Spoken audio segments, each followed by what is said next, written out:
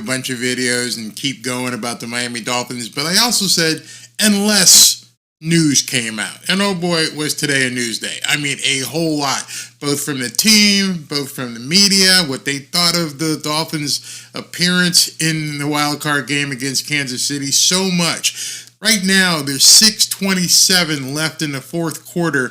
I'm going to put the scoreboard up and just leave it there in case you care about the Buffalo Steelers game. I didn't want to take you away from that, but at least if you're watching this, I can at least talk to you about what I need to talk to you about, and then you can see what's going on. It was close, but it looks like Buffalo is now pulling away. 31-17 with 6:27 left in the fourth quarter. Looks like Buffalo's going to advance to the next round while Miami is home watching it on TV. Bummer. Absolute bummer. So, like I said, a lot happened today. And normally, most of the time when I'm doing newsy type videos, I speak very succinctly and look at the facts and then talk to you about the facts as they appear. Well, today, especially not the whole show, but at this beginning of the show, it's not a whole lot of fact because there's a lot of ambiguity that Chris Grier and Mike McDaniel spewed out there. So between myself and talking to you guys, we're going to have to read between the lines a little bit and see if we can figure out or have a hypothesis as to what is going to happen. I can tell you this. I don't know if you guys have seen and ladies have seen this press conference yet. I didn't grab the entire 24 minutes of BS. I just grabbed a couple hot spots so we can talk about them. But it looks like this team isn't going to look like next year's team whatsoever unless a lot of dominoes fall in place. I mean, a lot of dominoes have to fall in place. I mean, I couldn't believe so much came out today. So much came out about where Chris Grier is looking to take the team, where some of the players are looking to do what they're looking to do. And it just doesn't seem, to me it seems, again, supposition, opinion, not fact, opinion. I'm going to let you guys listen in as well. But it appears to me that some of the players are like, yeah, we're out. We're going to go get paid. And sorry, didn't work out. That's what it appears. Unless Chris Grier can talk to Stephen Ross and they can move money from one pile to the other and, rob Peter to pay Paul and finagle the salary cap, it looks like there's a lot of changes coming the Miami Dolphins way. And a lot of it came out today. Some of it good, some of it questionable. And you know who the questionable part is about. We're going to get to that. So, 31-17, 5:38 left in the fourth. Clock is ticking. I'm going to take it off for right now and just get to some of the meat of what I want to talk to you about. I'll put it back up if you guys are interested. I'll check in a second. So, I'm going to go directly to this press conference. Now, understand, I have no idea why the Miami Dolphins media department doesn't put a damn overhead microphone where the reporters are sitting. That would really help. If anyone at the Miami Dolphins are watching this, I know you saw all season long that there were some things going on, but hey, you need a microphone for the reporters because I've watched other press conferences that sound great. Yours sound like shit. So what we're going to hear is you may hear some mumbling. I'll pause and see if I can repeat the question that's asked. But I want you guys to listen to this. So this is, I don't know if it's a first question or what, but here is a question posed to Chris Grier. Wilkins and Connor Williams, is it a priority for you to keep both of those two? All right, so the question is, in regards to Christian Wilkins, is it a priority to keep him and Zach Sealer together? And now you're going to hear what the answer is. Players. Like we've always talked here in the past, our goal is to keep as many good players here as we can. They both earned the right to be free agents. Christian and I actually had a really good conversation today. Very happy for him. He bet on himself after a summer of negotiations where, we made a couple offers and one we felt very good about was fair, and He and his representation said as much, but we couldn't close that gap at the end. And so he bet on himself and paid off for him. Very happy for him. So we'll stay in communication and see where this ends up. But he earned the right to be a free agent. And again, I'm happy for him. We drafted him here, developed him here, and the type of person we're looking for. So we'll see what happens. All right. So you heard what he said. Let me explain a little bit in case you don't really understand what he said. He said, hey, Chris, we wish you well. Good luck. Hope it works out. Yeah, we put an offer. We've had an offer. I'm sure they've exchanged multiple offers through the course of the entire season, all the way back since July. This guy was asking for more money, and then he said, okay, I'll play it out and see what happens. We'll see what we can do during the year, and then after the season, we'll see what we can do. So as of today, the entire year has transpired, and Christian Wilkins has not agreed on whatever the Miami Dolphins have offered him. He said, no, I'm not taking that. And it sounds, again, this is where the supposition comes in. We'll get some comments here on what you guys think. But it sounds like Chris Grier has basically put a number of offers out there. Take it. And now it seems as though they're at the take it or leave it stage, which means he congratulated him. Hey, you've earned the right to be a free agent. Good luck. Let's see what happens. Maybe somebody will give him an offer. Maybe he will match it. Maybe it's not a foregone conclusion whatsoever that Christian Wilkins will be gone. But how far are the Miami Dolphins willing to go to sign him? Now it seems as though they are going to have to push the envelope probably further, obviously further, than Chris Grier had wanted to. Otherwise, they would already be in agreement. So when he hits the open market and he starts fielding offers, Christian Wilkins, show me the money. Who knows what that dollar amount's going to be from some of these other teams.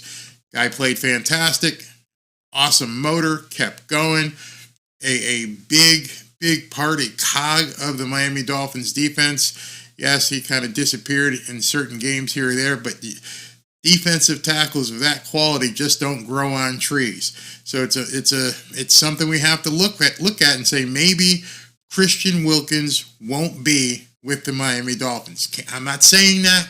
I can't put a period on the end of that sentence. There's no way I could put a period on the end of that sentence, and that's because we just don't know. But what we do know is that they haven't agreed, and that Chris Grier has said, you've earned the right to be a free agent. Go test the waters. So, first domino falls very early. 1 day, 2 days after the season ends, we may be losing Christian Wilkins. Is that a big loss? I think it's a huge loss in the center of this defense if he were to leave. What do you guys think? So let's look at some comments here. If you guys think about losing Christian Wilkins, I'd hate it. Harold Balsack says, let me see, make sure it's coming up. If he's smart, he'll bolt. Let's get, what's that say? Scott Mitchell was better than Tua. You guys were already talking about Tua. You're talking about X-Man. Hey, man, hold your horses. We're going to get there. We're going to get there. If he's smart, he'll boat. Let's get Uncle Rico a chance. He could throw a football over the mountains. Too much of the cap is tied into, okay, here's a good thing. Too much of the cap is tied into Howard, Hill, Chubb, and Ramsey. They can't afford to extend players like Wilkins, Waddle, Phillips, or Holland. Bingo. You hit the nail on the head. There are so many big money players. A lot of people said this team was built to win this year, next year at the latest. There's going to be a tremendous amount of turnover, and don't think for an instant that there aren't going to be a lot of suitors out there going, I bid $20 million for Christian Wilkins. Yeah, I'll bid this much for this guy and that guy. That's a lot of money, and just imagine what that hole looks like. We saw when he would get injured, there was nobody behind him. So you're talking about the draft coming up and free agency. These are all the kind of moves they're going to have to make, and some of these fan favorites and these guys that are really good may not be with the team moving forward. What's this say here? I thought I saw something about how many snaps. Sean C. says, it's important that the coaches chill with the players and hang out with them at the ping pong table. Man, you guys are bad. Let's see here. Say we trade Tua. What teams would even want him? What would be fair compensation in return? Side note: Skyler threw for more yards in a playoff than Tua did. You guys already got the knives out for the Tua conversation. It's coming. 50 plus snaps a game. Yeah, he wants to get paid. Major loss. They still have that. They will have the opportunity to match it. I mean, he hasn't said go away, so they could up the money, but who knows how much they're going to have to spend. I hate to say it, but trade Hill and get draft picks. I don't know if you should hate to say that. I mean, I think in order for this offense to evolve, they're going to need an offensive line. They're going to need the money. Maybe they'll never do it, but maybe a trade with Hill could get you a bunch of different guys. Harbaugh needs to come in and clean house. Grier is a clown. Hey, Joseph. Yeah, trade Hill for sure. Woo, you guys are going there, man. You're swinging for the fences here. Trade him. Waddle is our future. If he can stay healthy, Waddle could be. Maybe we could bring in A.J. Brown. Not really sure. Wilkins stayed healthy. Don't remember seeing him hurt often. Nope, I saw him get hurt in games, but I didn't see him miss games. Maybe McDaniel had team over for beers and some basketball, and it would be the difference. You guys are mean, absolutely mean. Bishop 15. I'd be more willing to trade Hill over Waddle. Yeah, I'm seeing that. I'm seeing you guys say that right now. Tua already needs to go. Couldn't trade Tua. We couldn't trade Tua back to Alabama right now, somebody's saying. So, Sean says, Bear, I just finished watching the Dolphins press conference, and what I came away with is that Coach McFriendly is really funny, cool, and says, a lot. That means he's not comfortable in what he's going to say. Any speech pathologist, anyone who would talk to you about talking in public speaking would tell you you're couching your words because you're concerned about what you're going to say. A lot of people have always given us, guys who do YouTube a lot of shit, but you don't understand how hard it is to talk without going, until you look at somebody like Mike McDaniel and you're like, dude, just say what you think. Understand that you can't say everything. I understand that. You're an NFL coach. You can't say exactly what you mean, but there's no reason why you couldn't come into the presser with a little cheat sheet and go, okay, if they ask about Wilkins, okay, so Christian Wilkins, he's a great player. We'd love to have him back on the squad. We're going to see what we can do. Next question. Instead of sitting there going, I don't see it with many other coaches, but I digress. Oh, just really quick update here. I got to get rid of this so it shows. As of right now, 2-minute warning, 31-17 Bills. 31-17 Bills with 2 minutes left. This one's probably in the bag because they also have the ball. So we'll keep going here. Trade Ross and Grier, somebody says. Let's see. Should we just make TD, Finstock, and Barry our GMs? They are always right for some reason. You know what's funny? A lot of people think that being a GM is very, very tough. When being a GM is basically you're managing. If you own a business, you've managed employees, you know what that means. You have to look out for your budget. You got to make sure your inventory is correct. In this case, your inventory is your players. And then everything else, you just make sure that your system is running. It's the same thing in the NFL. You see, the thing with the NFL, people think that it's all kinds of tough. You've got a scout team, and that scout team is going to bring you a dossier on every player available, and everything else. You got a guy who manages the money. Hey, Chris, you only have this much to spend. You can't find any more. Can you go find me an extra $5 million somewhere? All right, here's what we're gonna do. We're gonna short this guy and ask him to extend this. Okay, and you're just basically directing traffic. That's why Chris Grier came from where he came, and it's not really all that tough if you've got the right people around you. Same thing with any kind of business. As long as you have a staff of people that you trust who can get the job done, you're basically directing traffic. It's not a big deal. The good ones are the ones who can look and see, especially in the draft, this guy is our guy. This guy is going to work for what our coach is going to want to do. For some reason, that hasn't worked. Draft pick last year, number 2, Cam Smith, wasted a second-round draft pick. All of us sat here. You guys who watched it with me went, who? Cam Smith? Your son's friend? That's who you're drafting in the NFL? And then he couldn't even get on the field this year. All right, so let's continue with this, what I consider sort of eye-opening press conference. And with Connor, obviously, the line play didn't seem as effective once he went down against Tennessee. Yeah. All right, so now they asked about Connor Williams, who could also be a free agent. I wouldn't say that consistently. I mean, we ran the ball against, Baltimore, Buffalo, did some good things. What game was he watching? Liam came in and battled, through his bumps and bruises and did a great job for us. So, Connor was playing some good football for us, the leadership stuff we provided. And, unfortunately with football, injuries happen. And he's been great communicating with Mike through us here and, through the end of the season. So, we'll stay in touch with him and see what happens. We'll stay in touch with him and see what happens. So I can tell you what's going to happen. This part is where I'm going to go into fact. I can tell you exactly what's going to happen. Connor Williams, like Christian Wilkins, is going to go to the open market and raise his hand. Selling, and he's going to wait till somebody says, I'm buying. And someone's going to offer him a boatload of money, and then Miami Dolphins are either going to have to match it if he wants to stay or let him go.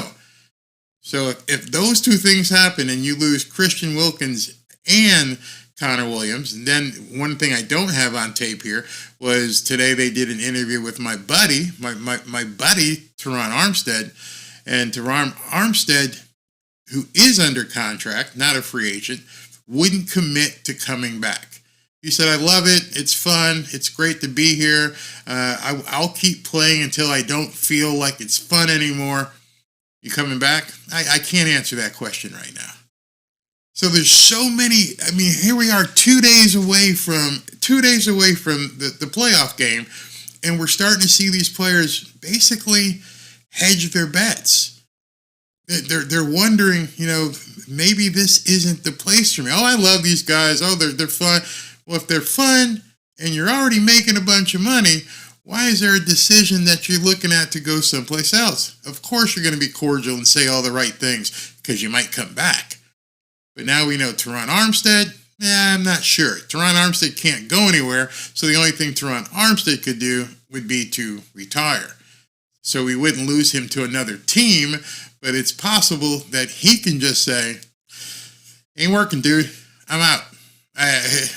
So understand what Christian Wilkins didn't give a firm commitment of coming back. Christian Wilkins hasn't given a firm affirmative that he's coming back, and Connor Williams now has said, I don't know, I got to see. And Chris Grier says we're going to keep in contact, which basically means, do you want our offer or not? I'm not ready yet. I'm going to see what else is out there. Good businessman, very good businessman. I mean, obviously he wants to test the market and see what he's worth. So it makes complete sense to me that he would do so. Just to let you guys know, this game is basically over. 31-17, they will advance. There's only 53 seconds left, so Buffalo Bills will be advancing to the next round. So when I'm looking at all this stuff and I'm hearing it, and it is only January, it's very early in the off season, but right off the bat, 2 days, just in a couple of minutes I played that for you. Christian Wilkins, Connor Williams, Teron Armstead, I'm not sure. No firm commitments from all three of them. I know how a bunch of you guys feel. Armstead is dead weight. Trade him. I don't think he'll take a trade, and because he's hurt so much, I'm not sure who would want him at this point, being how his age and his injury history. Fire Grier, fire McDaniel, dump Tua, hire Harbaugh, and spend the next 10 years losing. You know, it's funny, and you know, you've listened to all the shows, whether it's Big O or Omar Kelly or this person or that person, and everyone says there's no way they're going to fire Mike McDaniel. There's no possible way. And to that, I have no idea. I couldn't say no way. Probably not. I would lean towards no, they're not going to get rid of Mike McDaniel. But if there was a year for an owner to make a cavalier, off-the-cuff, big move, it would be this year. All these coaches, big-name coaches, experienced coaches, coaches with Super Bowl rings, all these coaches are out there saying, we're going somewhere, and they will get signed. Can you imagine Pete Carroll, Bill Belichick, Mike Vrabel, who am I forgetting? Jim Harbaugh. All these guys are out there, man, and they're going to end up somewhere. So if I was an owner who I'm looking at this basically superstar lineup of head coaches available in front of me, who all have said, yeah, we're going to continue coaching, and they've got the resume, I don't know. I mean, again, this is supposition. Barry has no fact whatsoever on this.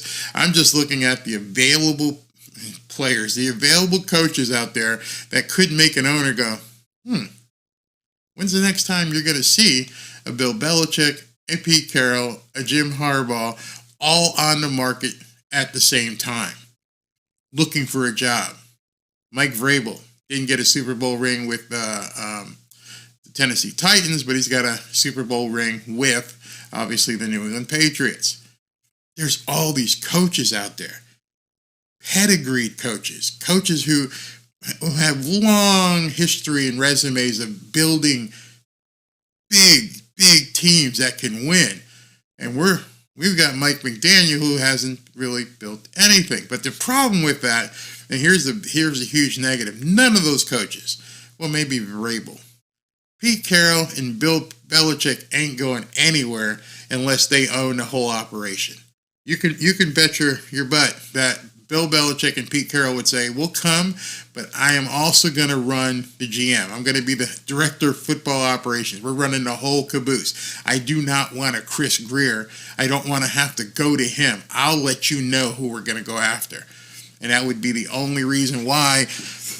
You know, I mean, when Harbaugh signs, if it's the Chargers or whoever, he's going to have the whole operation. None of these guys, none of these big name power guys are going to take working with Chris Grier, which is maybe why Mike McDaniel is there.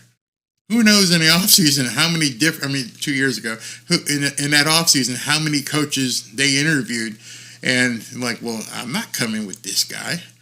This guy's a schlub.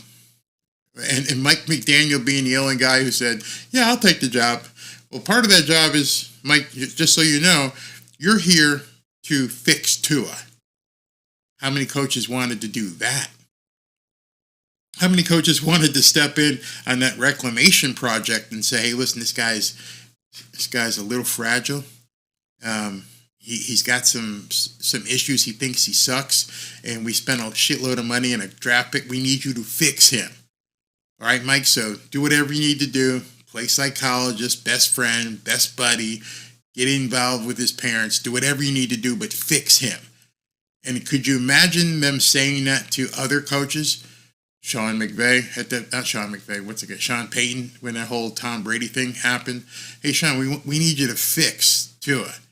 F that. I'm just going to bring somebody else in. I don't have time to be a guidance counselor. Again, supposition, but who knows? And that would happen again. If he were to fire McDaniel and want to bring somebody else in, can you imagine, just for amusement, Bill Belichick having to coddle Tua. That would make for Hard Knocks. That would be a Hard Knocks I would tune in for. Watching Bill Belichick trying to nurture Tua Tagovailoa. Are you kidding me? I mean, he doesn't talk to people as it is now, but good Lord, that would be funny. Tua has a cannon arm. Ooh, boy, you guys are funny. Dolphins haven't had a great quarterback since Dan Marino. And you know what's the problem with that is, and I did that in another video, and I showed the standards that people are saying, hey, he's the best one since Dan Marino. So, Jay Fiedler, some of these guys, Jeff Rosen, I mean, you're not really comparing them to, other Super Bowl quarterbacks. So that standard isn't that high to beat. So anyway, I don't think Mike McDaniel is going anywhere, but if there was a year when an owner was going to take a shot and make a huge move, it would be this year. Obviously with the guys that are available and want to coach. So let's continue with this. Chris, last year, last offseason, you guys didn't have contract talks with Tua. You said that you wanted to see. All right, now we're going to get into Tua. All right, you ready for this? He just said, hey, last year, did you get into contract talks with Tua? Where does things stand with Tua? And for once, the press kind of dug here and say, what's going on? So the answer to this question, they're going to dance. They're not going to tell you what they're doing with Tua or anything else. But what I find interesting is the body language. Now I'm not purporting to be a body language expert here, but tell me if some of this body language doesn't tell you these guys are uncomfortable, or at least one of the two guys up there is uncomfortable. You can pick which one. Listen to this. The season played out. Is it your intention and your desire to strike out a long-term deal with Tua this offseason? Yeah, no, we've had conversations, like we said, we wouldn't talk with, throughout the season in terms of contract stuff, but we've stayed in touch with his agent, had good conversations throughout the year. What does that even mean? We said we wouldn't contract talk with the agent, but we stayed in contact with the agent. Would you ask him what was for dinner? How you doing? That's kind of weird. Never talking about money or anything. See Mike? Good conversation. You see Mike looking away?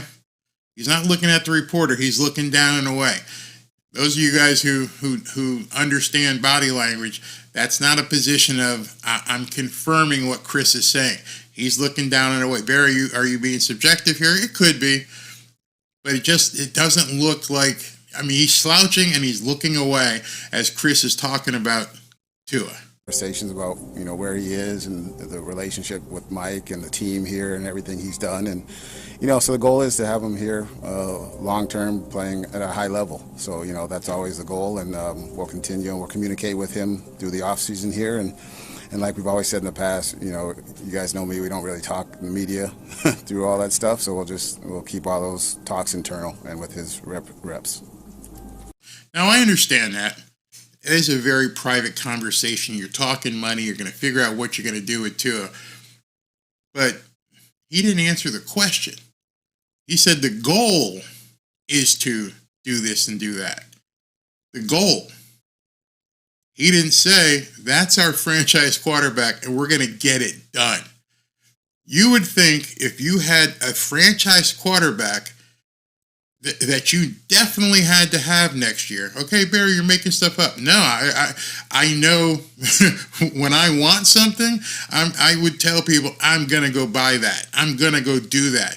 That's the goal. I.e., I hope to. The goal. His words, not mine. He continues here. That's very important to me. He could have come out emphatically. Tua is our guy. He is our franchise quarterback moving forward. He said it's our goal to use it to keep him long term. That doesn't matter. My goal was to lose some pounds around Christmas. No, if you're going at it, you're like, I'm gonna do this or that. But then again, that may just be me. The market for quarterbacks of his age have been $50 million plus. Is that the number where we should expect if a Tua? All right, so I don't know if you heard the reporter. Let me just state that. The reporter says, hey, listen, the number range for quarterbacks like Tua, to his age and stuff, experience, is about $50 million a year. Is that what we should expect? Is that what you're going to pay Tua Tagovailoa? Well, extension gets done in that range, or is there another level than 50 million AAV? You see these two guys, especially McDaniel, kind of giving the RCA dog look. 50 million? I ain't paying this guy $50 million. He might. This dude Chris here, crazy enough to do it. Mike's like, huh? 50 million? 50 million? Wow. I think that's just one we'll keep talking with him. We'll work through it. We're going to keep talking to him. It's almost as if, again, it's just subjective. People say, Barry, you're looking too much into it. Mike's head snapped. We're going to keep looking into it. Like, you're considering paying this dude $50 million? You're considering this yet? Well, Is he representing Tua? Nervous interjection. Talking about, trying to break the ice there. Body language people will tell you what that means. Yeah, so we'll just keep, our conversations working with him, and I think everything will be productive, and we'll just see what happens. Look at Mike again. This is your franchise quarterback. Barry, you're just making something out of nothing. Come on, man. You can look at the guy's face. You can look at his body language. I mean, I just did a video on Dan Campbell. I've done video on other coaches. That is not a confident look. That is not a guy who wants to say, that's my guy, go get it done. All right, so I know, and I saw all over Twitter today, some people who saw that, some people who talked about it, and people were like, hell no. Not no. Hell no, you're not going to pay Tua $50 million. Come on, Chris. So I did a poll today. We can call it unofficial. It is just a YouTube poll. It doesn't mean everything. No, it's not scientific, but the sample size was good. And what I saw in this poll was an overwhelming decision by fans, by you, the audience, who said, hell no. Do not pay this guy $50 million. Check out these results. This is eye-opening. My question was, in regards to Tua Tagovailoa, the Miami Dolphins should A, give Tua $50 million a year, B, let him play his fifth-year option, and C, trade him. Only 10% of the nearly 2,000 people who responded said pay him $50 million. And some of them were obviously Buffalo Bills fans and New York Jets fans who was like, oh, please give him $50 million a year. Lock him in for the next 10 years. 90% of you said no. Nope. And an amazing 24% of you said trade him. 65% let him stay on his fifth-year option, tag him, and see what happens. I found that to be just utterly amazing. That 90% of what I would perceive to be Miami Dolphins fans in a non-scientific poll, as most internet polls are, said no. You're not giving him $50 million. It ain't happening. And the same thing happened on Twitter. It was as soon as that soundbite started coming out, people were literally screaming. I mean, capital letters, hell no. What are you thinking? Are you stupid? They're considering, I don't know what the number will be, but if they consider extending him and not putting him on, make him play his fifth-year option, that number could indeed be 40-ish, 45 million, 50 million. If they're talking about the same kind of numbers that Herbert, Hurts, and Burrow got, they're looking at putting him in that club, which I think would be complete suicide, since you've already heard Christian Wilkins, Connor Williams, both saying thus far, I'm not sure. I need to see what I can get. What do you guys think about that? Maybe $5 billion a year. if he holds out, he's doing Mike McDaniel a favor. Oh yeah, guys, thank you. Hit that Come like on, button. show some love and click that like button. I always forget to hit it. Grier saving move with the Dolphins is to move on without Tua. Tua getting $500 million. Oh my God. Can you imagine? Can you imagine if they pay him that kind of money? What's this guy say? I can see light. Says I think Tua would do great against bad teams, but good defenses he will be average. And all you could say it's Mike McDaniel's fault. Eventually he has to carry this team. Yeah. I am the Brown. Hey man, what's going on? He says no matter what the Dolphins are projected to be, $40 million over the cap. Before they can give him anything, they have to find cap relief, which may be why they're like, "Hey, Christian, you might have to go." I don't know. What is this is a good question. What's Tua's trade value? Don't know. How many? If the word out there is what my next videos are going to show you, then that's a very big sign. Because if they get to a point where like Tua, well, go ahead and be a free agent, see what you can get type thing. I don't know. I mean, is he going to get $40 million from anybody else? Is any other coach going to coddle him the way that Mike McDaniel has? That's a good question. 500 million pesos is hilarious. I think that guy was kidding. For goodness sake, hey Shay, for goodness sake, look at Buffalo. Their window closed and they ran through the doors and took back their division. They're hosting 2 playoff games. Yep, they just won tonight. Tua will make for a great backup force. Where's Q? Yeah, that's funny. Where's Q? He's not talking about it tonight. Not here. Can't get him. Can lifting weights help Tua's strength, arm strength, and foot speed? It depends. It depends on his mechanics and what they could get him to do. But for the most part, no, you can't invent speed. If you could invent speed, we would all run 4.2s. There's a ceiling in terms of everything regarding that. Yeah, it can give you more power in terms of your first step and things of that nature, but it's not going to take you from a 5.2 to a 4.3.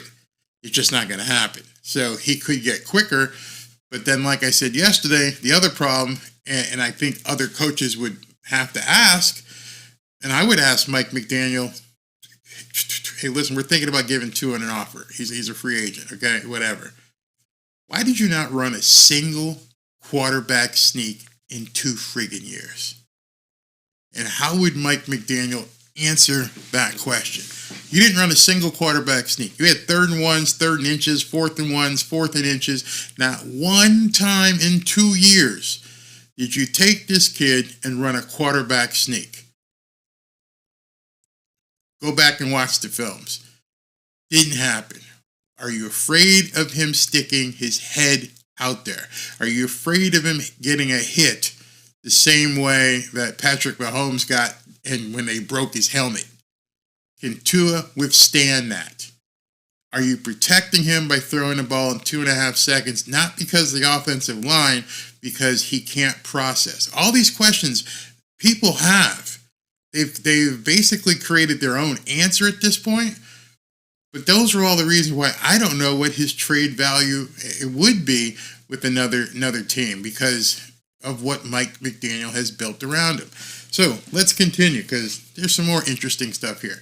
Mike, I wanted to ask you about the play calling, specifically Kansas City game. Obviously, the weather was a factor in how you call plays, but why were there so little downfield passes?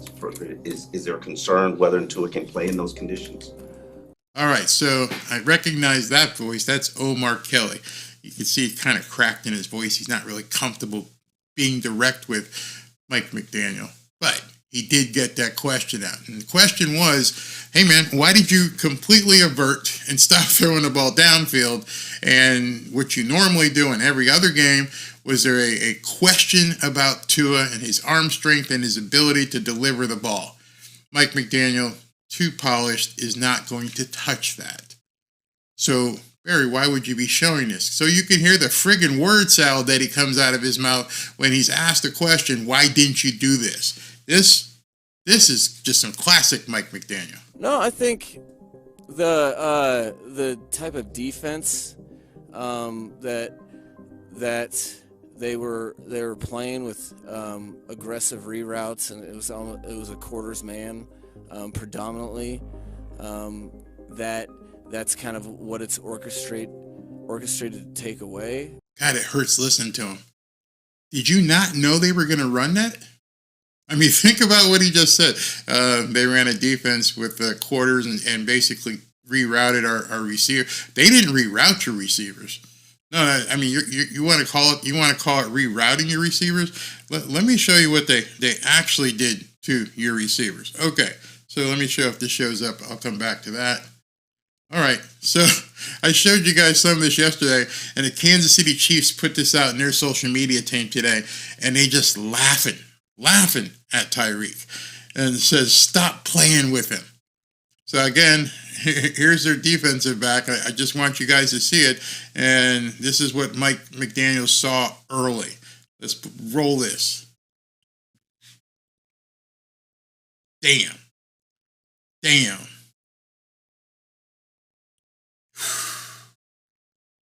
Wow. I look at this over and over again, and like that's crazy. That's absolutely crazy. So what he's saying there is he did not expect that kind of defense. He didn't expect Kansas City to come out and manhandle his receivers. So that one where he threw the touchdown, he must have got away from it, but he didn't expect it. So let's continue with the word salad. I think, I didn't really think of it in that lens, in terms of, it was that night for that times guys made very accurate passes, short and long, and then guys. Does this make any sense to you? What he just said, does that make any sense whatsoever? Is there a coherent thought as to why you didn't have Tua throwing deeper routes instead of just screens over and over and over? This guy's short. It wasn't. I think our one touchdown was on a ball over the top of a quarter safety. So I didn't really look at it like that. I wish we would have gotten more opportunities to I think the biggest hindrance. Now you know it right now. You know he has seen the game films. He has to also know that other people have seen the game films. Everybody from Kurt Warner to Baldy to me to Omar, everybody has seen these game films. There was opportunity. He just didn't throw it. I showed you yesterday. There was one where Jalen Waddle basically, put up a neon sign. Hey, I'm open, and he didn't throw it. Why didn't he throw it? Mike can't even answer this question. For really the varied ways that we could kind of execute our game plan, and we did have some stuff down the field that was appropriate for the defense that we're expecting, but makes it real. The dude's protecting Tua. That is obviously a fact. He knows, for whatever reason, we don't know, was his arm feeling bad? Was the cold affecting the way he was going to throw? Was he just so cold that he just couldn't function? Whatever the reason was, that was a minute or two of Mike McDaniel with complete word salad. If I talk like that while I was doing a video, you guys would all log off. Yeah, and you're an NFL coach, dude. What the hell were you just saying? I mean, seriously. I don't expect you to come out and throw Tua under the bus, but you have to have a better answer than that. They took away our routes. Okay, good answer. It was so cold, it was windy. When we had the opportunity to throw, I felt it was whatever. But you just don't sit there and hope that the reporter forgets what he asked you. Because that's what you just did. You just stalled, hoping that everybody would forget what the question is. That's what Omar should have said. Excuse me, and thanks for that answer. Can you now tell me why you didn't take the shots when you needed to? Man. Lou Robinson, bruh. It's, not enough vertical passes during the game. No. Joe Sykes, that just made me dumber. Yeah, and I had to watch it, and I had to cut it up, and I had to put it there for you. And I had to watch it probably 3 or 4 times and went, is there an answer here? Is this guy actually going to say something? Oh, my goodness. Sam Street says he's definitely protecting Tua. That's why his play calling is so bad. His quarterback is severely limited, and McDaniel can't open his playbook. I have to 100% agree with that. Captain Swell says, I see why there's a communication problem with the Dolphins offense if McDaniel talks like that during the meetings. The meetings, can you imagine what it sounds like in the headset to Tua as he's relaying the plays? I thought about that, what you just said, but I thought about it after watching him is like, okay, the game is moving, shit's happening, it's cold outside, this crowd screaming. 1Z 5 dude, give me the freaking play. I don't know, but that to me is freaking scary. That is obviously, I shouldn't say it's obvious he's protecting him. It's obvious there's something there that he can't say. We can call it protecting Tua, but there's something there that he's not willing to say. And when he's not willing to say it, what can we all pretty much assume? Tua has PTSD. Let's see here. No time to throw. Didn't want him throwing INTs. Only 2 receivers. How many do you think there are for every play call? That's what I was just saying. I don't know. Let's see what here. Good point. Yeah, I mean, if we hear him like that all the time, and even when we see him on Hard Knocks, we're not seeing clear things. And I see some of you guys saying, Tua haters. Not Tua hater. Just you can hear what he's saying. You can hear the words that the coach is saying. So I don't even want to deal with that crap anymore about Tua hating. Team folded at the end of the year, period. You can't give this guy $40 million. All right, so let's continue with this presser. One of whatever on third down. That takes, we had a mindset to go run the ball, and we had... How long did that last? You had a mindset to go run the ball. What happened? Why'd you stop? Mirrored shots in the pass game that we felt pretty good about that had to be kind of specific for their defense. But you don't get to those calls when you have to either avoid third down, or you're punting, which is, the situation we found ourselves in that game. Not me talking. I let you hear what he had to say, and you can figure out for yourself, does it make any sense whatsoever? I mean, it should have subtitles because, Mike, what are you saying? I don't know what to report to fans. I'm a reporter here in the audience. I don't know what the hell you're saying. All right, so here's the next one. This is a good one. Chris, I wanted to ask you, after making the playoffs the last 2 years, the losses have amounted to you guys having now the longest playoff win drought after the Lions win. I guess what would be your message, to the fans that you're maybe a little bit closer to a win than the last kind of 20 years I've said? So I hope you guys could hear that. Basically, he goes, hey, listen, you ain't winning anything. Do you want to give the fans a message as to either why you're not winning or what kind of hope we could have as fans? Perfect opportunity to say what you need to do to basically keep the fan base engaged and keep them happy. Not necessarily about Tua. What are you going to do to get a better team next year? Well, first off, congratulations to Detroit and Dan Campbell. Happy for Dan. He was here, a good guy and good man, and him and Brad have done a good job there, so happy for them. But, yeah, for us, it's just we're just going to keep grinding, chopping wood. We have a good roster. We know that. And, of course, Mike McDaniel goes right back into what I would consider a beta male position. Doesn't look happy.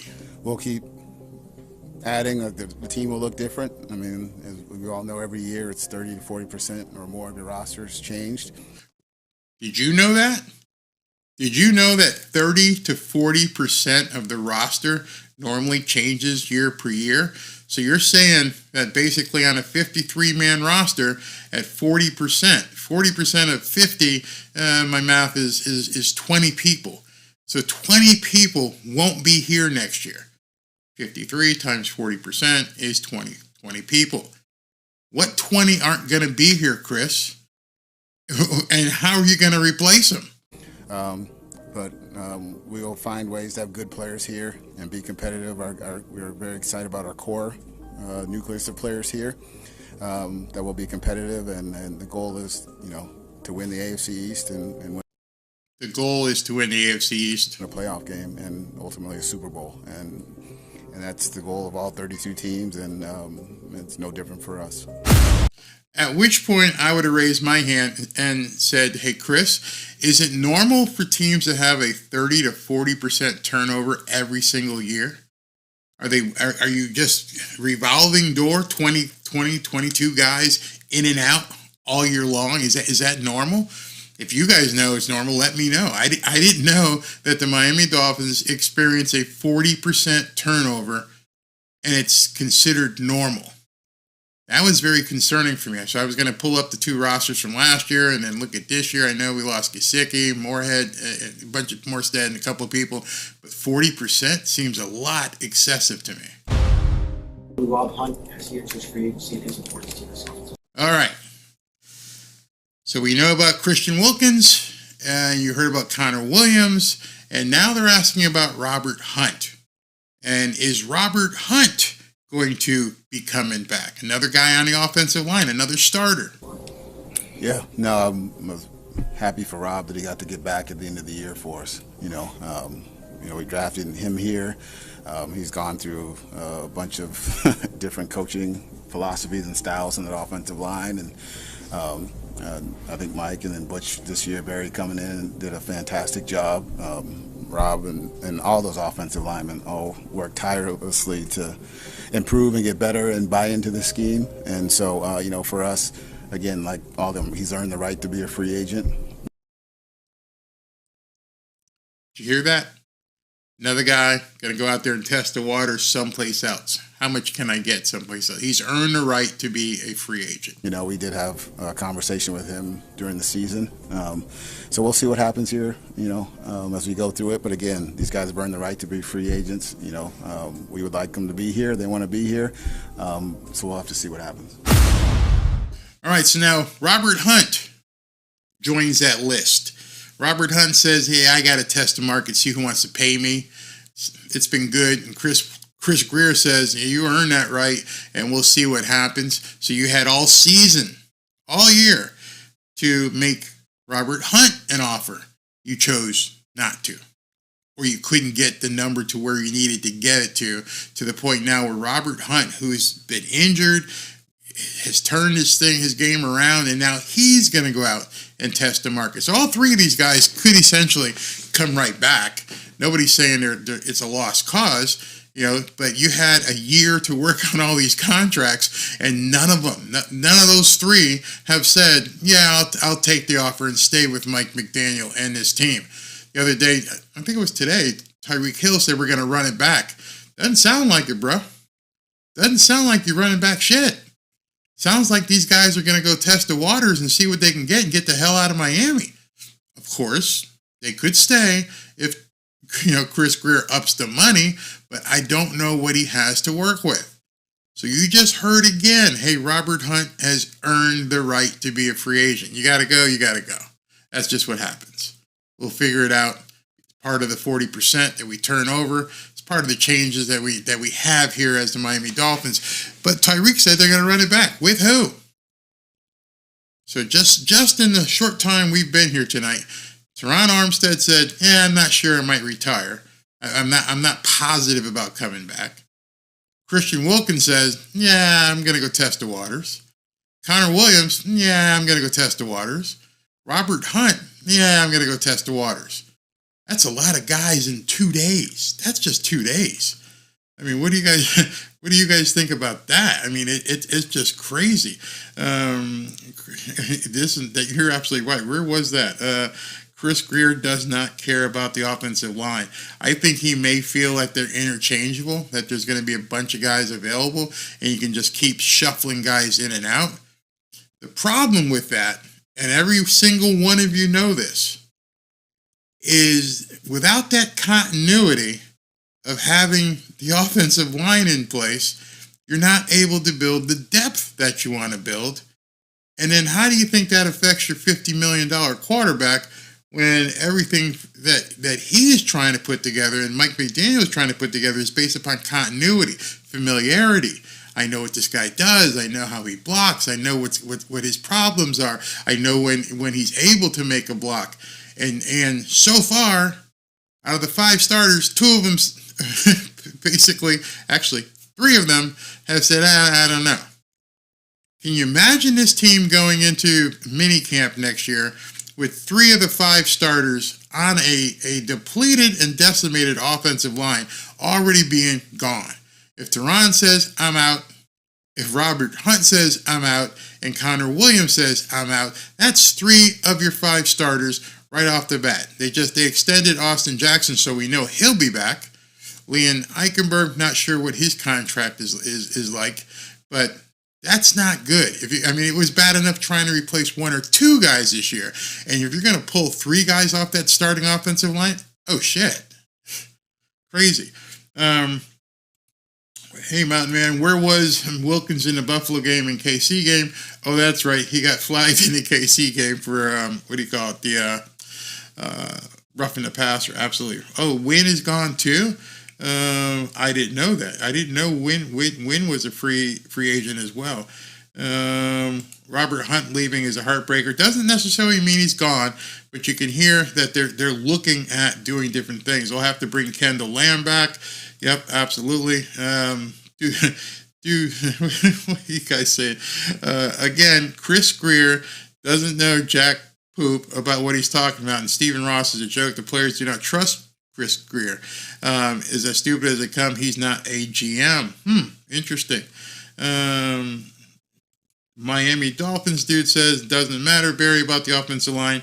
Tua beat good teams in 2021. No, he beat the Rams, Cardinals, and Cook versus the Chiefs. Tua needs to read the damn field and step up. We don't need to do anything. Okay. Wynn is also injury prone. Yeah, he was hurt. Captain Swole again says, instead of sticking to the rebuild process, Grier got distracted by how the Rams and Bucks had success from going to win now mode. Yeah, absolutely. Baker, I think you're talking about Jerome Baker and Brandon Jones will end up in New England, and are they free agents to be as well? I didn't know that. Also, Chubb and Jalen have to overcome injuries and play at high level. Jalen with his Achilles, who knows when he'll be available? Should be available by next September. Should be. And of course, Bradley Chubb, ACL, he should be available by early next year. In the Buffalo game, Wilkins dominated in strip fumble and recovery. Play it again, Barry. Some people don't hear it. So you want me to play the part where he's talking about Robert Hunt again? Let me see if I can get that. All right. You didn't hear it. Okay. All right, here we go. He's gonna talk about Robert Hunt right here. Let me play that back. First, I wanted to ask you, after making the playoffs the last 2 years, the losses have amounted to you guys having now the longest playoff win drought after the Lions win. I guess what would be your message, to the fans that you're maybe a little bit closer to a win than the last kind of 20 years I've said. All right, so this is the one. Let me see if I can find where's the one with Robert Hunt. Barry coming in did a fantastic job. Okay. Rob and all those offensive linemen all worked tirelessly to improve and get better and buy into the scheme. And so, for us, again, like all of them, he's earned the right to be a free agent. We did There it is. have a conversation with him during the season. So we'll see what happens here, as we go through it. But again, these guys have earned the right to be free agents. We would like them to be here. They want to be here. So we'll have to see what happens. All right, so yeah, I played it again. Somebody said they didn't hear. Straight up, Robert Hunt saying he's a free agent. He's earned the right to be a free agent. He's going to go test the waters. All right, so let's get to the next one. Chris, we spoke to Xavier Howard not too long ago and asked about his future with the team. He said it's up in the air. All right, so here comes another one. Some of you guys probably don't care about this one, but he said the question from the audience is, hey, listen, we spoke to Xavier Howard earlier today. And Xavier Howard says, nah, I'm not really feeling it either. I actually have the video of Xavier Howard. I think it comes up right after this question. Oops, He this said way. he didn't really say that he was open to taking a pay cut. I'm not sure if there's any guaranteed money left in his contract. Is your hope that he's still with the team? Your boss asked you to take a pay cut. I would decline, but it'd be much less money.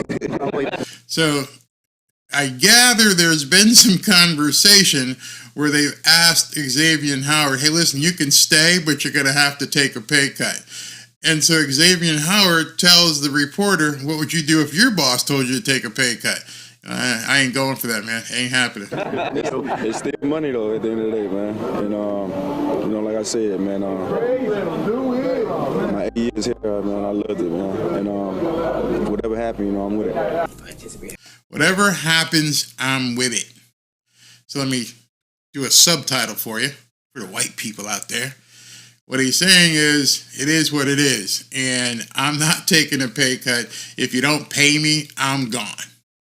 So your starting cornerback, although injured, might be gone as well. It doesn't seem like they wanted to pay him the same. I know he's owed a bunch of money, and they're saying, hey, can you take a pay cut? Nah, I ain't taking no pay cut.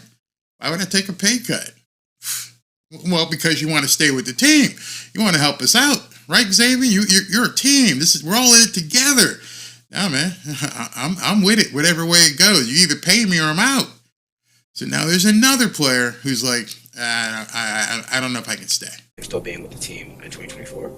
Yeah, but like everyone, we're going to go through all this whole process right now. Xavier's been a good player here for a long time. He was part of the first draft class I had. I've had many talks and discussions, and I really appreciate him and love him as a person and player. So we'll go through this process here, like with every player individually. And, I think he met with Mike today, and he and I may have a conversation here in the next day or so. So, it's just right now we're just going through with every single player on the roster, and it's no different with it. So I almost think that some of these reporters knew what was up. They had to have been getting tipped off probably by agents. Hey, ask them if they're going to pay us. Oh, really? Yeah, ask them if they're going to pay me. Okay, hey, you going to pay Christian Wilkins? Oh, he's earned the right to be a free agent. Hey, you going to pay Connor Williams? Hey, no, he's earned the right to be a free agent. You going to pay Robert Hunt? He's earned the right to be a free agent. You going to pay Tua? Oh, the goal is to have him here long term. You're going to pay him $40, $50 million? Well, we're going to have some talk. I understand not giving the answers. The problem I'm seeing is that they're outside of Tua, these other guys are seriously talking about being free agents, and they had a year to get their contract straight, and they didn't do it. And now Chris Grier, and I don't know how much Mike McDaniel is involved in the process of contractual obligations, but they're playing hardball. These guys are like, pay me or I'm out. You may lose 3/5 of your starting offensive line. You may lose Xavier Howard. I know some people think he's trash and he's always hurt and he may be gone.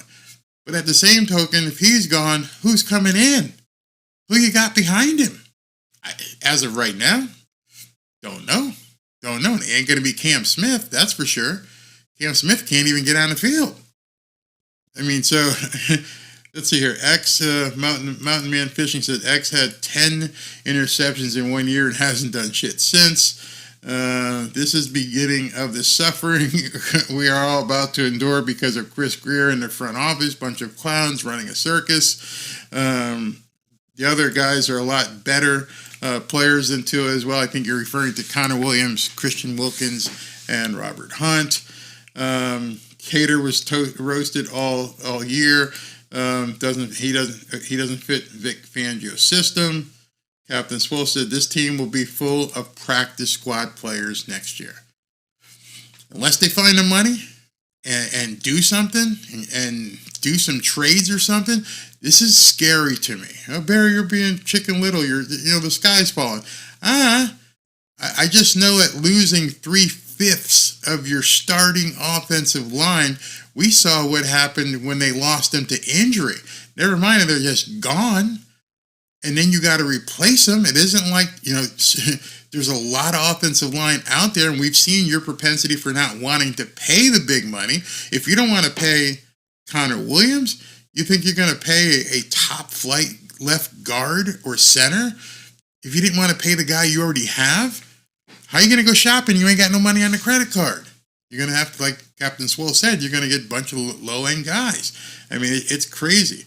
I would like Jerome Baker in Buffalo. Ethan Bonner, our next big cornerback. I think I got his name right. Yep, that's him. If the white Boyd, as they call him.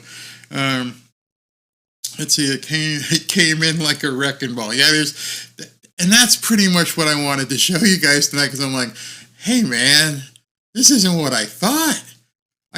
Like I said yesterday in the video, I'm like, hey, listen, I'm going to take some time off the Dolphins unless some news hits. And I'm like, ooh, this was wrecking ball type news. This is huge friggin' news. And again, Twitter was just like, are you effing kidding me? People were screaming. These guys are just walking? I thought Tyreek said, let's run it back. Let's run it back, everybody. No, you got, 150 million, Tyreek. You're set. I need to get paid. Pay me. Whew, man. Why not Marino for quarterback instead of GM? What's wrong with Cam Smith? Couldn't tell you. You had enough faith in him to draft him in the second round and then didn't put him on the field. Just completely. Less talented players with a mediocre quarterback. Give to a $50 million, Can you imagine that? If these guys all walk and they give to a $40 or $50 million, unless he's going to be a genius with the salary cap. I know you have a slate of draft picks this year. Maybe some things you can do and bring some rookies in. I don't know. Shay says we should really trade Tyreek. At least see what he could get, Mr. P, I guess you're talking to each other, Mr. P. Greer's secret plan, only injured players, so we always have an excuse. Let's see here. The Draft Network doesn't keep reports for more than 2 years, but check out Walter Football. Okay. That's the other one. I forgot. Hey, Tom. Where you got here? Tom talks about Tyndall. Didn't hardly get on the field. Saw him once in a while. So you got 2 draft picks there from different classes, I think. Didn't even get on the field.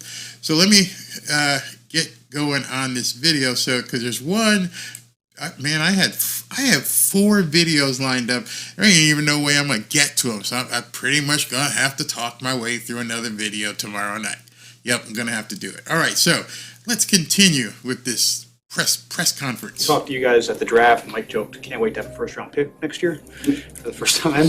All right, now this is funny. I don't know which guy this is, but somebody asked him, you guys are really excited this year because finally, after the Tom Brady, Sean Payton thing and Laramie Tunsil and blah, blah, blah, blah, blah, you finally have a first-round pick. You're really going to get somebody this year. You're picking number 22 or number 23. You have a chance to trade up, maybe get somebody else in here. Maybe even get somebody like Michael Penix Jr., get another quarterback. You might be able to, get a star offensive tackle or offensive line. What are you going to do, Mr. Grier, with the first-round draft pick? Do you still plan on using that pick? And you definitely going to have a first-round pick this year? And how important is it now you have? You see what Mike McDaniel did? Are we going to have a first-round draft pick? And Mike's probably like, yeah, as far as I'm concerned, we're going to have a first-round draft pick. Have a full draft to make the most of it. Can't promise anything. So, did you hear what he just said? You got a first-round draft pick. Are you going to use your first-round draft pick this year and have a full slate of draft picks? Is that what you're going to do? And he leans forward like he's in a deposition and goes, I can't promise anything. I almost threw up. I'm going to have to rewind that a little bit because some of you guys are probably typing and didn't hear that. You need to hear this. Let me just back this up a little bit. Okay, listen to what he says. The reporter says, are you going to have a full slate of draft picks? Ready? Okay. Draft, Mike joked, can't wait to have a first-round pick next year for the first time.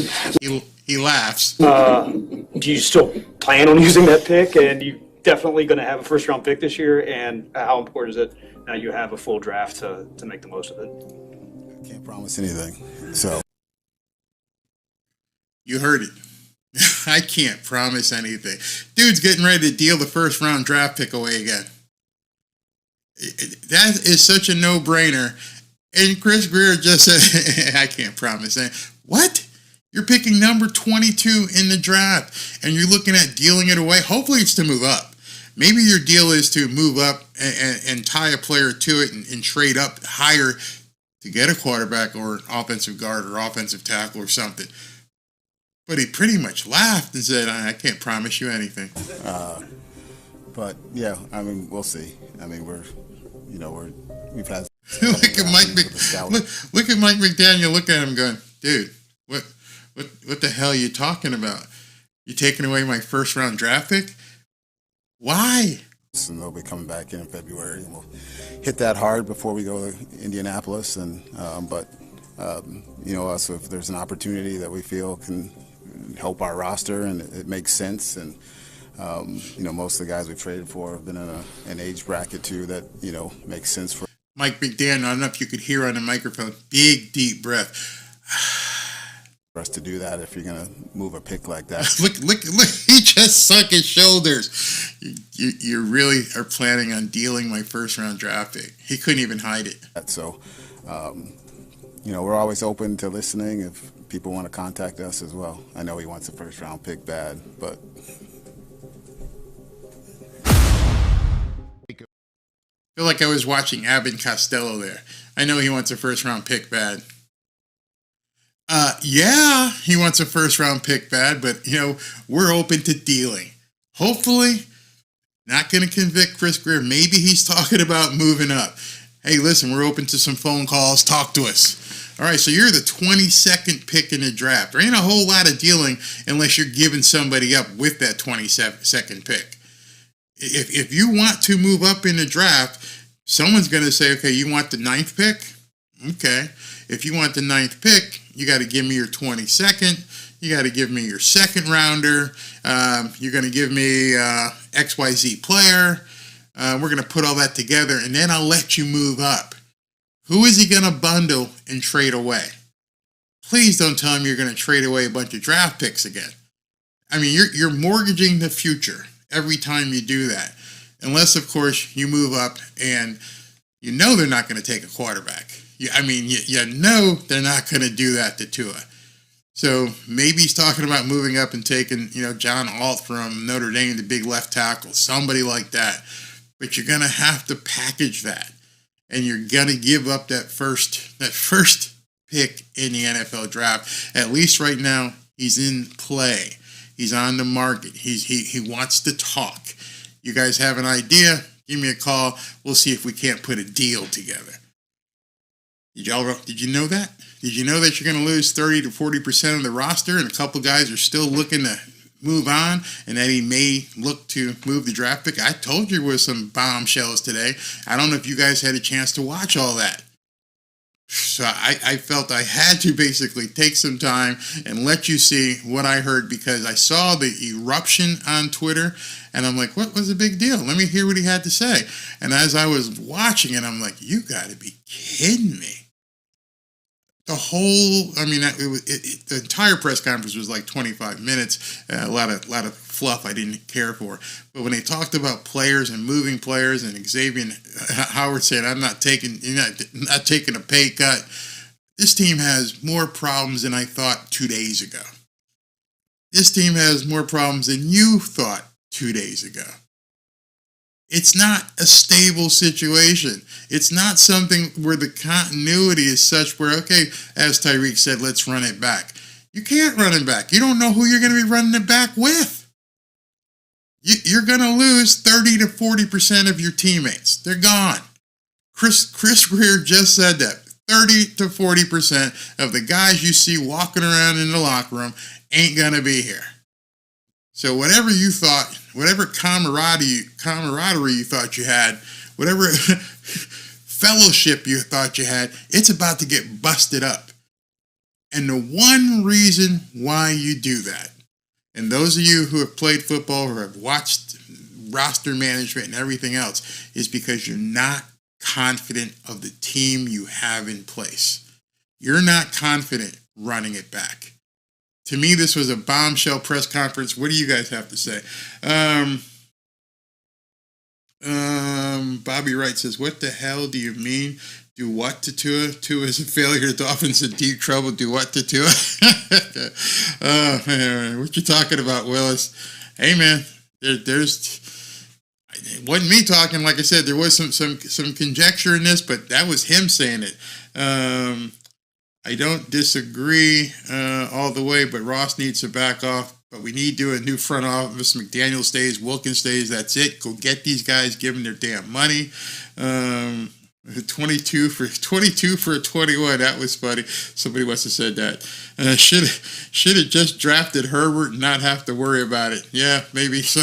But now, here's another one by Mountain Man. Should have drafted a tight end last year. Man, there's so much. Tua for a high pick. Nope, not going to happen. Ain't going to happen. Because of Chris Grier, Grier has destroyed the Dolphins, and he's in the process of doing something again. Sea Devil, yes, it is total conjecture. Yeah, it is total conjecture, because that's all we have right now. However, the part that's not conjecture is what he actually said. So let's recap before I end tonight.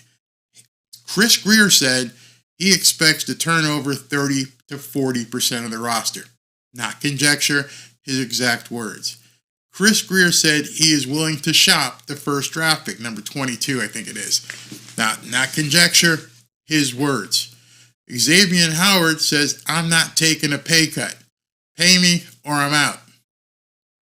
He didn't say those words, but he says it is what it is, which is essentially as pay me or I'm out. Connor Williams, Robert Hunt, who was the other guy? Have said, Christian Wilkins, we're not signing this contract. We're going to test the free agent market. Not conjecture, 100% fact. The only part that's conjecture is wondering what these guys do. Do they walk? Do they stay? We have no idea. But you can't say what these players have said is conjecture. It is 100% fact. Teron Armstead, hey, I'm not sure if I'm going to retire or come back. I'll let you know. His words out of his mouth, recorded. So I know a lot of people think like that and say it's conjecture, you're just making shit up. You're not listening. You're not taking the time to actually listen to what people say. You could go back and rewind this. You can actually hear the words Chris Grier says out of his own mouth. The one thing I took out of this that shocked me is I had no idea that 40% of the roster could potentially turn over this year. Had no idea. That's something he said. Had no idea he was entertaining some sort of deal for the 21st or 22nd draft pick, whatever number it is. Those are all things that were revealed today. So you can't come at me and say, "Barry, you're making it up." It came out of his mouth. You got to open up your ears. You're going to pay Tua 40 or 50 million? He didn't say no. Is he going to do it? Can't tell you, but he didn't say no. So these are kind of things that you guys can get upset. You can say Barry's making stuff up, but you can't say I'm making it up what they said. Those are their exact words. How can Grier be the cause of the problem? He traded for Hill, drafted Achane. Look at the Panthers. What roster would you rather have?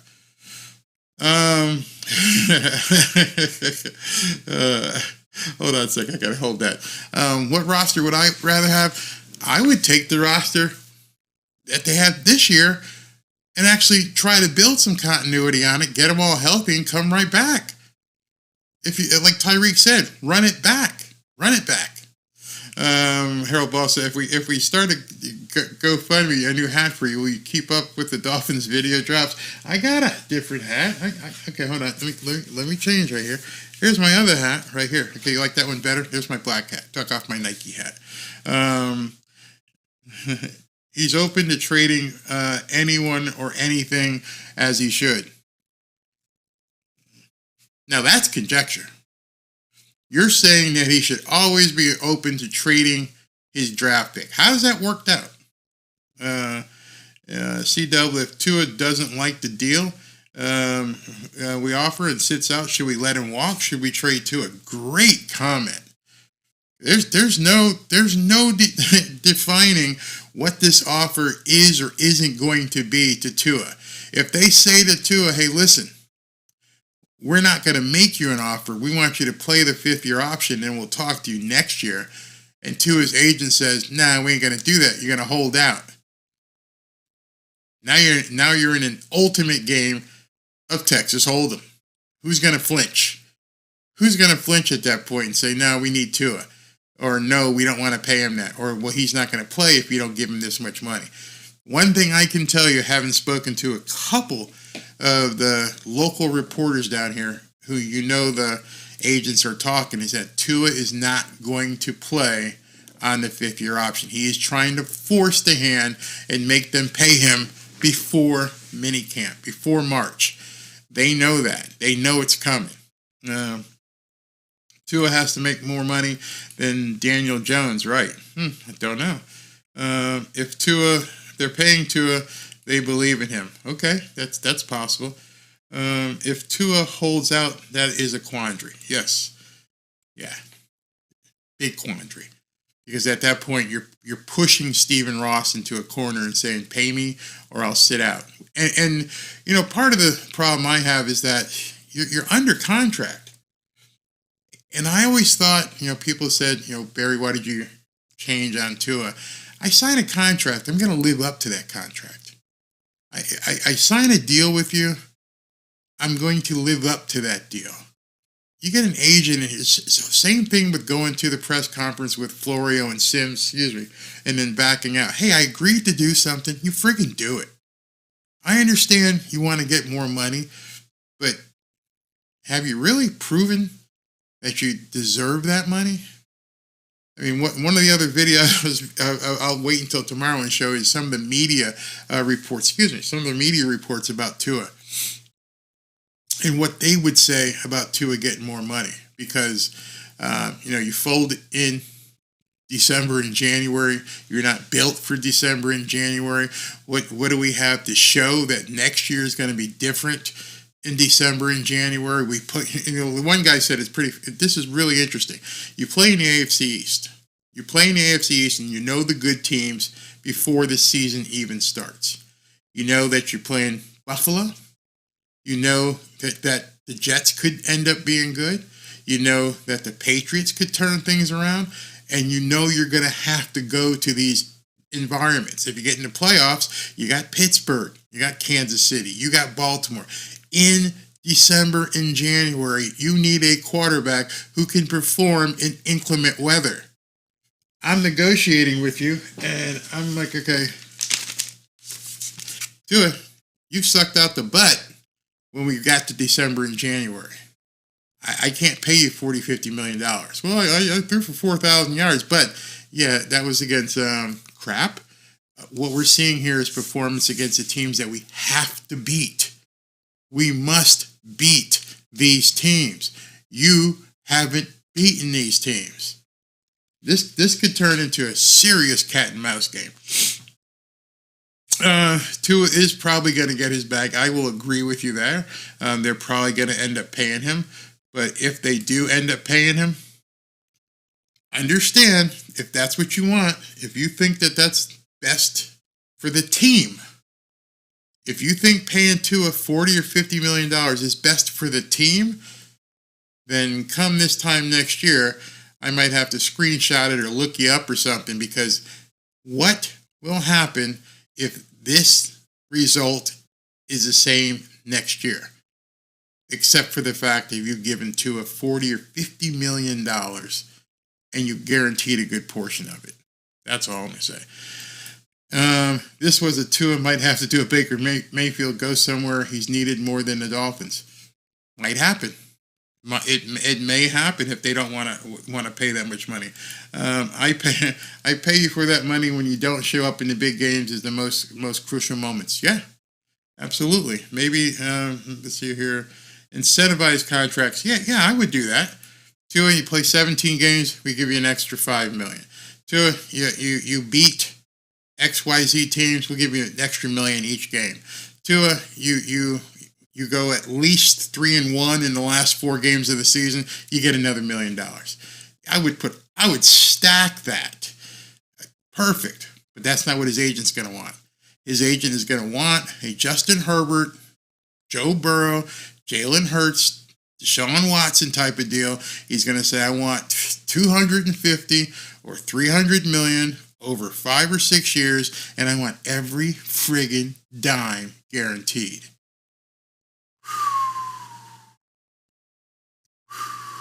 You ready for that? You ready to give Tua $300 million guaranteed? If you were Stephen Ross, would you cut Tua a check for $250 or $300 million guaranteed? Before you answer that question, understand the quarterbacks recently who have gotten that kind of money. Justin Herbert ain't won shit, got hurt. Joe Burrow got hurt. Deshaun Watson got hurt. Screw you, pay me. Give me my $30 or $40 million. It's all guaranteed. Do you want the Dolphins to be in that situation? Easy question.